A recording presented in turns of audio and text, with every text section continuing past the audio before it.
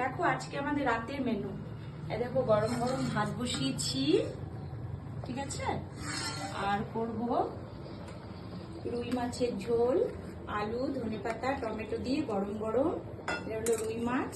আর আমার আর একটা ফলি মাছের পিস আছে, এটা দিয়ে পরে করবো গরম গরম মাছের ঝোল।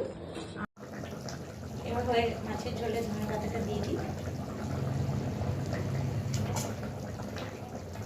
এবার মাছের ঝোলটা ধনেপাতা টমেটো দিয়ে এবার মাছের ঝোলটা নামিয়ে দেবো।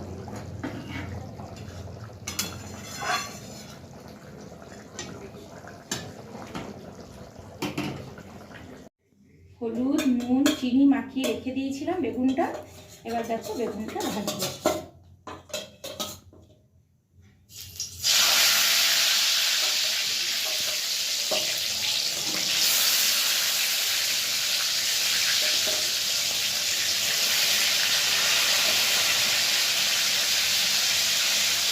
বেগুন দেখো বেগুন ভাজাটা হয়ে গেল।